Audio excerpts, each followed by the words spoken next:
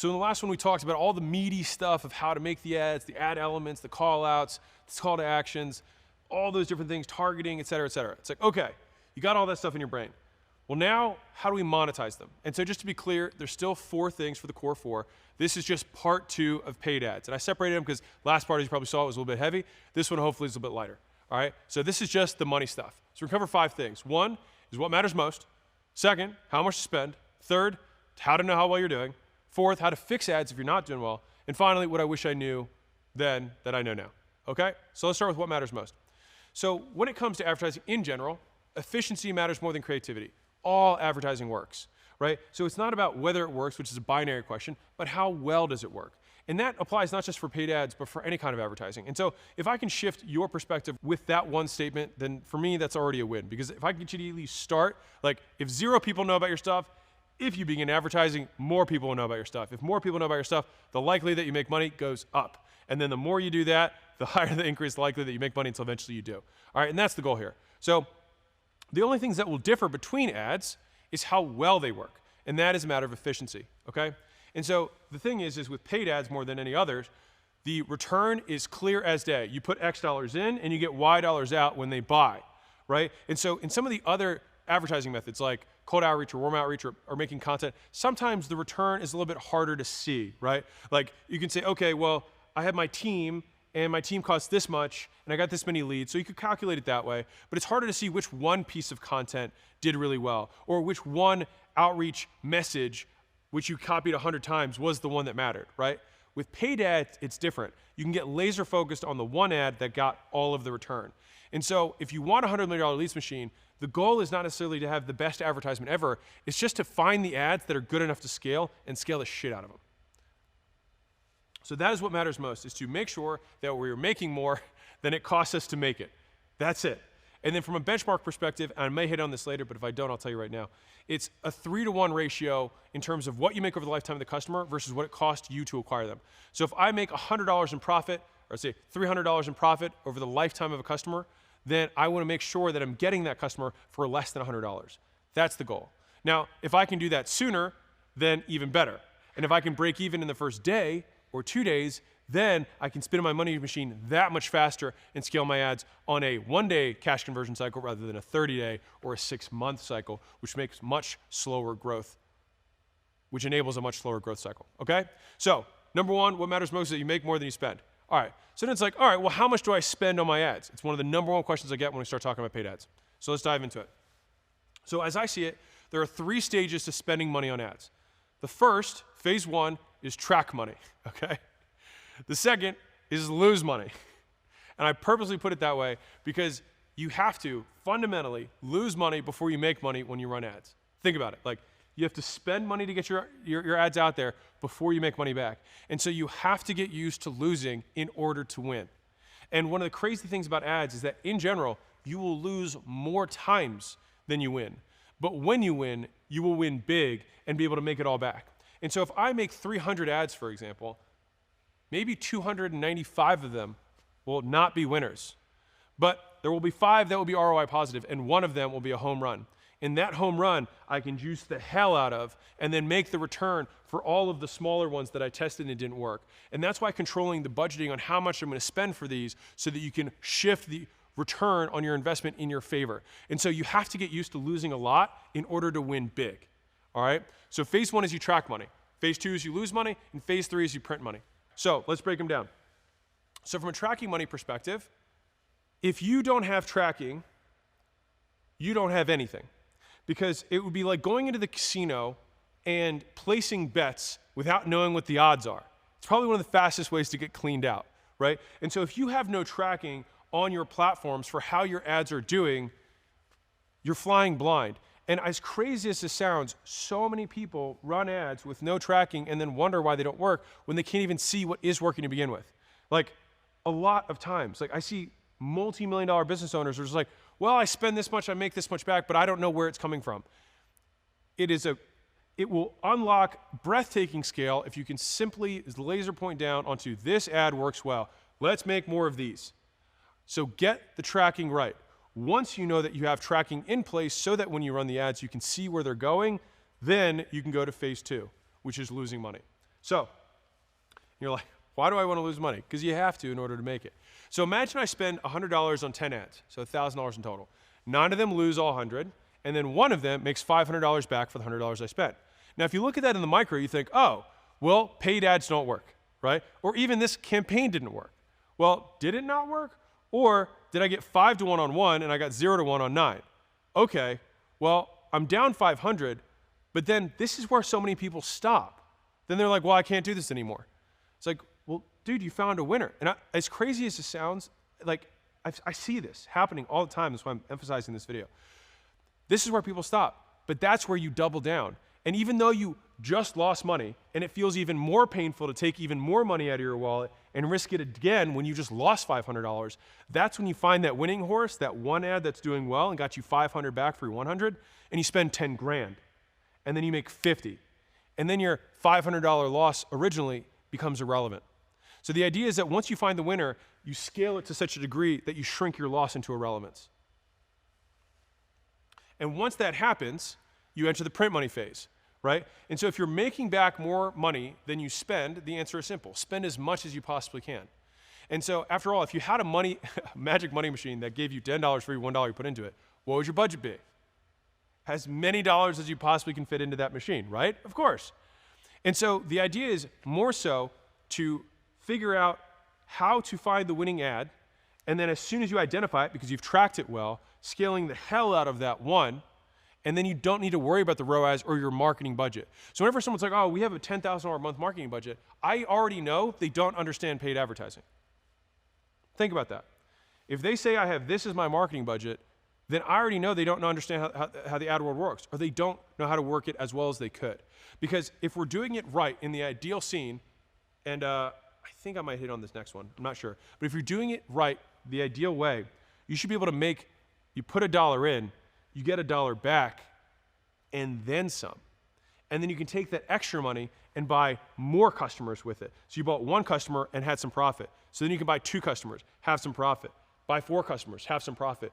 So quickly that it unlocks the skill that getting customers is no longer the bottleneck or the constraint in the business. So every business I've ever owned, getting customers has not been the constraint.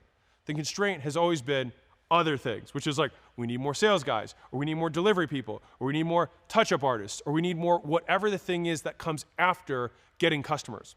And I can promise you, it's a much better way to live, or at least a significantly less stressful way to live, because fundamentally, if you're not making money at that point, then you have it wrong, the business model is wrong. And if you are making money at that point, which you probably will be, then you've got the cash flow to fix the problems.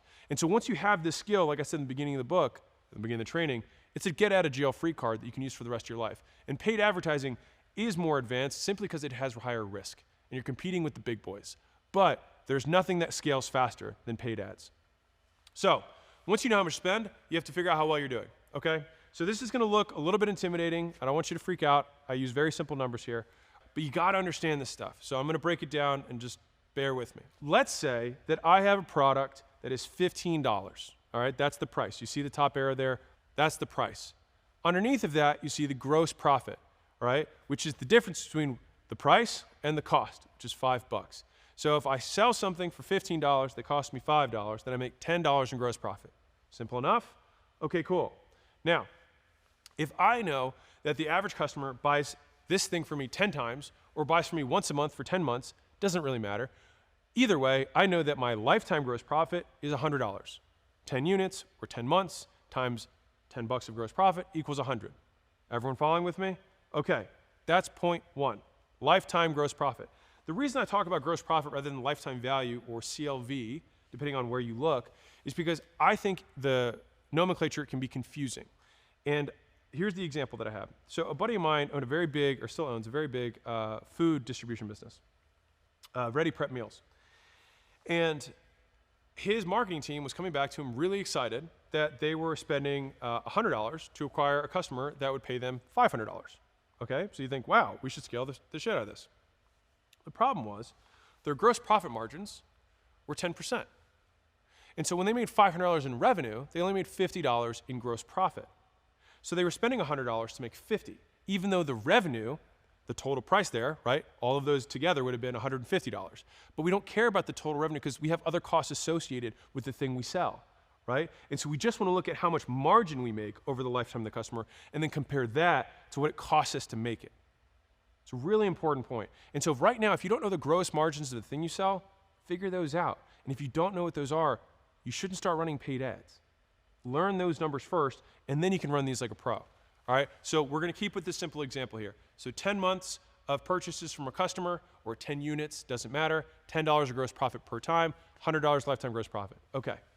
Now, if we want to improve how well we're doing between what it costs us, so the CAC, cost to acquire customer, and LTGP, what I just went over, then we have these levers. And so I have my little smiley face here. So if LTGP is greater than CAC, it means we're making money. Smiley face. If LTGP is lower than CAC, then it means we're losing money. Sad face. I was supposed to say unsmiley face. Now, if LTGP divided by CAC is greater than 3, then you have a home run.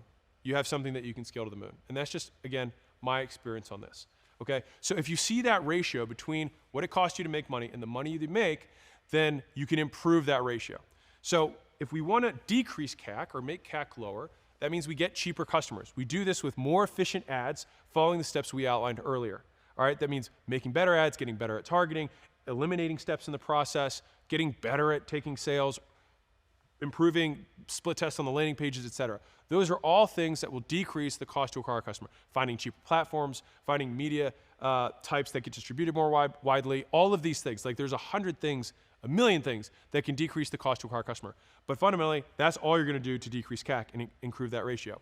On the flip side, you can make LTGP higher. You can increase it. We increase how much we make per customer. And we do this with a better business model. And so one of the biggest mistakes that people make is that they think they're advertising when it doesn't work, when in reality, their business model is broken. And so in a lot of ways, advertising can show you how you measure up compared to your competition. And so one of the things that I will share with you that was surprising to me is that when we had Alan, which is a software that helps agencies acquire customers for their small businesses underneath of them, we saw metrics across industries of how much it costs these agencies to acquire their small business owners. Now, what you might be surprised about is that the cost to acquire customers within the same industry was almost always within 1 to 3x of one another. So basically, you have a 3x lever on being amazing at marketing, right? For the most part, with paid ads, without a brand. Without a brand. Big, shining, big asterisk, without a brand. But if you're just running paid ads, which is what I'm talking about for right now, like the cost to acquire a customer wasn't that big. But the big difference between the guys who were crushing it and the guys who weren't were the guys who were crushing it were making 10 times more per customer. And so I'll tell you a quick story. So when I was early, like years ago, probably 5 years ago, I had a guy reach out to me who was in the same space. He was selling, we obviously worked with gym owners. He worked with personal trainers, fitness professionals, but similar-ish space. And so he showed me his numbers. And believe it or not, his sales velocity in terms of the number of sales per month he was making, the number of sales a month we were making was about the same. But here was the crazy part. We made 56 times more profit than he did. 56 times more profit with the exact same number of sales. And so he came to me thinking that he had a sales and marketing problem. But the real problem was that he wasn't making enough per customer. And it was because he wasn't really that good, if we're being real. And so because he could not provide value sufficiently to his customers, he couldn't charge a sufficient amount. And so he could promise all this stuff and sell people at the same rate and same cost roughly that I was. We just made 10 times more than he did. But in gross profit or net profit at the end of the year, it ended up being 50 plus times more money. And that is ultimately what will separate the best advertised from the worst isn't even the advertising itself. You just need to be good enough to get people in and then let the business model take care of the rest. And so fundamentally, if you want to improve how well you are doing, you can focus on decreasing the cost to acquire, or you can focus on increasing the lifetime gross profit per customer. In my opinion, I like doing both. But where you get a lot of gains, unless you have a massive brand, which can drive the CAC to almost zero, the business model itself is going to be the thing that will ultimately drive, because you can go infinitely high. Like if somebody else is competing against you and they can only spend $5,000 and you can spend 50, you can crush them everywhere. And in a weird way, it's almost like making an ethical monopoly. If you can outspend everyone else to acquire a customer, then you can literally price everyone else out of the market because most paid ads are based on an auction. So the platforms will auction the eyeballs off to the highest bidder. And so you can set your bids higher than anyone else can in your space and then drive up the CPMs. So that means you purposely increase your cost to acquire a customer so that no one else can. And that is how you can take over an entire market. And that's fundamentally what we've done for years now on the gym launch side. And I'm explaining this to you, I'm showing you behind the curtain because like that's how you can crush if you learn this stuff. So, and it's funny because again, I don't talk much about paid ads, but like this is how I've made the majority of my wealth. So that's how you know how well you're doing. And how you know that you need to make sure you're doing at least 3 to 1. And just for context, I said this at the beginning, but like my lifetime return is over 36 to 1.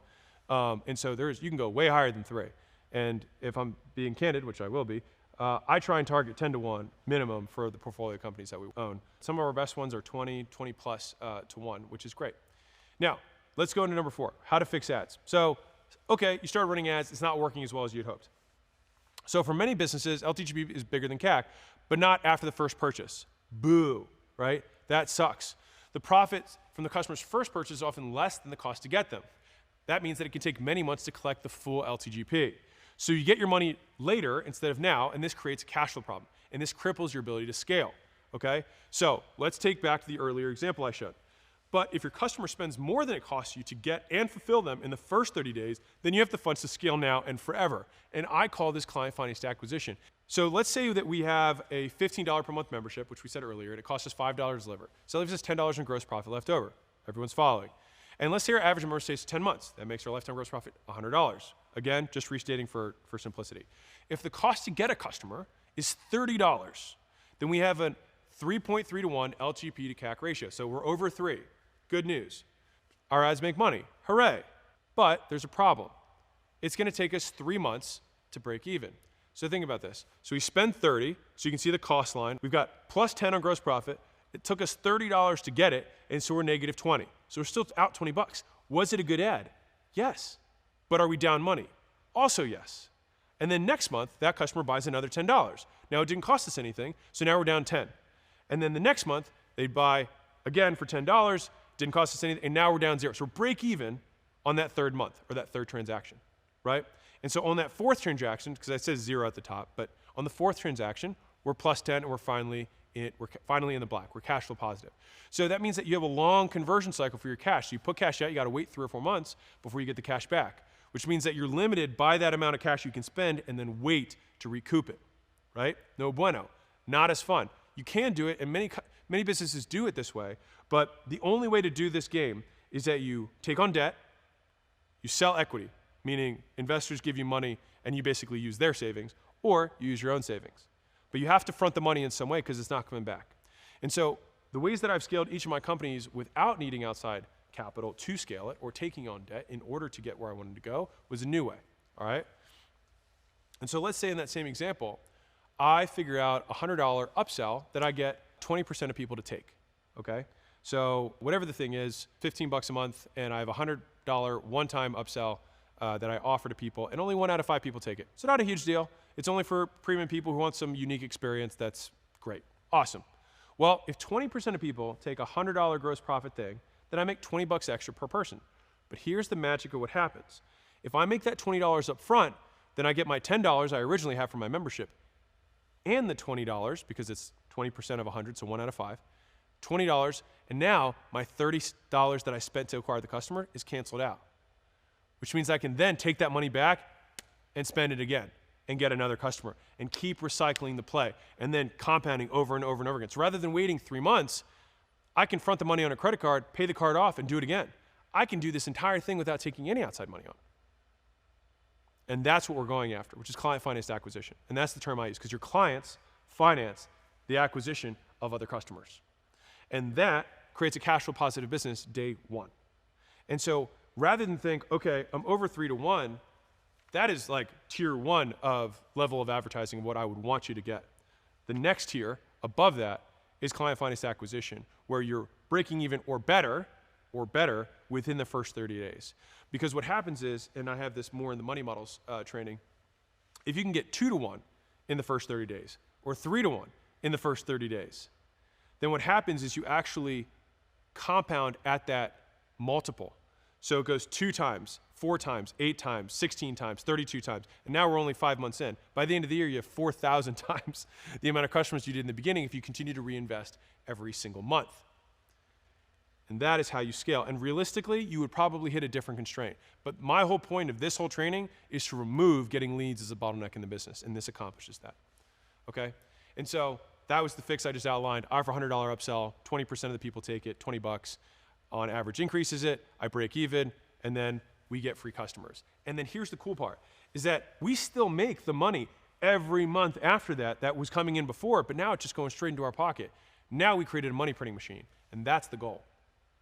So that's how you fix these things with client-financed acquisition. And again, that requires innovation. You just have to think, what else do these people need? And so just like you made a lead magnet that would lead naturally to your core offer, well, you can create another upsell that your core offer leads naturally to. It can just be a never-ending cycle of, well, there's also this other thing that you might want or might need. And the easiest upsells in the world, this will be a tiny tangent, but you'll like it, is that you can sell more of what you just offered them. You can sell better of what you just offered them. Those are the easiest upsells that you can add in. You could also sell new or different, something that's complementary. So you can sell fries with a Coke, right? You can sell a burger and then add in fries or add in a Coke. And then each of those you can upsize, you can supersize them. You can supersize your fries, supersize your Coke. And so that's more, and it's better. And then if you had the better version of Coke, you say, well, do you want organic Coke? So each of those, when you're thinking through how you can add something in, more, better, new, is a nice framework for adding stuff in. Now, I'm not gonna go more on that because that's a whole other book, but if you need to add something there, just get creative and think, what else did this person want? And one of the easiest things to do is just ask them. If you don't know and you need to sell more stuff, just ask them, what else can I do to make this easier for you? And then sell that. So let's go over what I wish I knew. Number one is don't confuse sales problems with advertising problems. So we actually had a company that was struggling with this for a really long time. Basically, they scaled their advertising and we fixed problem after problem. And so it was like, first the ads weren't working, so we weren't getting clicks, and then the targeting wasn't working, so we weren't getting the right people. And then once we started getting the right people, seeing the right ads, we were getting them to schedule, but then they weren't showing up, so we fixed that problem. And we got the right people on the phone, so the right avatar. And they had all these people showing up, but then they weren't closing. They're like, this advertising isn't working. If you're getting the right people on the phone, you don't have an advertising problem. You have a sales problem. And so you want to make sure, and the founder of this company was continually like, it's the ads. It's like, it wasn't the ads. It was, they didn't know how to close, right? And so we want to make sure that the problem we're solving is the correct problem of the business. And so I just want to emphasize this. And so we spent 12 weeks, spent $150,000 in ads, but they actually threw in the towel. So I'll just give you the real, and they just want to continue doing what they were doing, which was really frustrating for me. But like about 6 inches from gold, they couldn't stomach the loss of the 150,000. But here's what's crazy, is that if they had continued, as soon as they added this second huge stream of acquisition to their business, they realistically would have added a $30 million bonus to their price tag in terms of their enterprise value. So think about the return on that. So if you spend $100,000, you spend $200,000, spend $1 million in a year testing to finally figure out a new entire acquisition channel for your business, and then that separate acquisition channel makes your business 5 times more valuable, was it worth it? I can't think of many things that are more valuable than doing that. And so like, the cost is still nothing. It's a pittance compared to the return you get on it on a macro level, not even including the money you make from the actual advertising. Number 2 is that your best free content can make the best ads. I'm repeating this because I think it's really important. And also, user-generated content, so UGC, if you've ever seen that. If you can create a system where you encourage your customers to consistently make you testimonials and leave you videos or unpackaging videos of them using your product or services, when you create a machine around that, then you can basically plug that machine, the output of all those customers, directly into ads, and then you create this cycle of lots of customers see customer ads, they then make new videos, which then get run as ads, which then make more videos, and you create this flywheel effect. And the whole time you're stepped out of the entire process and just collecting your checks from pumping all of these videos. And as an aside, to wrap this point up, some of the best ads ever made were actually videos that weren't intended to be ads. They were just videos that I'd made that were high quality content that got shared all over the place. And I was like, oh, maybe I should make this an ad. And the thing is, when you make an ad out of a video that the platform already likes, because a lot of people are sharing it, guess what they do? They show it to even more people. So you actually get a double win. Number 3, if you say you suck at something, you will probably suck at it. Don't say, I am not techie. or I hate tech stuff. It just keeps you poorer than you should be. And I said it for, 4 years. All right, and then one day I snapped out of it because I hated my website designer more than I hated tech itself. I was like, if I have to talk to this guy again, I was like, if this idiot can do it, so can I. And so 4 years of wasting time and lost money reversed with 4 hours of concentrated effort. So please just get over it. And if you're older especially, the tools they have nowadays are so easy. People who don't speak English can do it, all right? Anyone can figure it out. All right, so it's your turn. So this is a paid ads checklist. So number one, this is again who. This is the last of the core 4 of the ways you can advertise to let strangers know about the stuff you sell. So this is you. What you're advertising is your offer or your lead magnet. Where any platform that your audience, that you can buy access to your audience on. To whom is the target audience or lookalike audience that you can sift through and add filters and interests. When? Every day, 7 days a week. Why? Get engaged leads to sell. How? Is you're going to do your call out, the 3 W's, which is the value, call to action. How much? You have your learning budget, which is track, lose money, then print money. And as an aside there, if you know how many sales you can handle, then you can reverse that into your budget until you fix your constraint. So if I know that I can only handle 20 new customers a month, and I know my average cost to acquire a customer is $100, then I know that my budget is going to be $2,000 a month. And so I can divide that out per day and say, okay, 30 days, so $70 a day roughly is going to be my budget per day. Now, the budget that I'm putting there is not a constraint because of my advertising, but because of my delivery. But then I can focus all my effort on my delivery to deconstrain that, and then I can crank this up again. So you can reverse engineer it to a sales goal, which is how I do it if I have other constraints. How many? I recommend doing 30 hooks for 10 pieces of valuable content, and that'll give you 300 different variations that you can spend very small budgets on to test and quickly win, and then scale the ones that are doing well, which you can only do if you track. And then finally, how long do you do this for? As long as it takes. Because if you decide that if someone else can run paid ads in your industry, you can run paid ads in your industry. It's just a skill. And guess how they learned it? Trial and error. I'm telling you, I lose so many times when I run paid ads, and it's frustrating for me because I've been doing this a long time, and it still sometimes takes 3 months, 6 months to get it to really crank all the way through from the click all the way to the close, because each time you have to fix some little element of it to make it work. And I really think it's the expectation that it's going to happen overnight that kills way more people who would otherwise be exceptional advertisers. So if you can just accept the fact that this is your learning budget, I think you will do a lot better. And so I had that little learning budget when it says how much, and it was referencing a longer story they had in the book, and I'll give you the smaller version of it now, which is, if you're doing the other advertising methods, you're posting content, you're doing outreach, warm or cold of any kind, you should be making a little bit of extra money. You should also know a little bit more about your avatar, a little bit more about your customers. You should know how they talk, how they identify with themselves. And that gives you data so that you can be more likely to be successful earlier on with the paid ads, which is why I recommend doing it last. You also should have enough cash flow from those sales to be able to spend, knowing that you're not going to immediately make the money back, to learn. And so you can take that excess cash flow and put it in there, and you can give yourself a learning budget, which is a reverse way of doing it, which is I expect to lose $1,000 a month until all of a sudden it will click, and then it will skyrocket. And that's usually how it is. So you basically lose money, lose money, lose money, lose money, and then it crushes, and then you figure it out. And so that money that you spend on advertising oftentimes will be some of the highest return money you do. It's just you have to look over a longer horizon.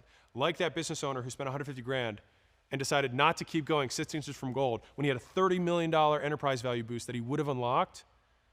You have an enterprise value boost that you will unlock. You just got to be willing to pay the price tag. And so that's what I wish I knew when I started running paid ads. And so that concludes the 4th of the core 4 for advertising, which is paid ads. Now we're going to talk about how to put all 4 of those on steroids.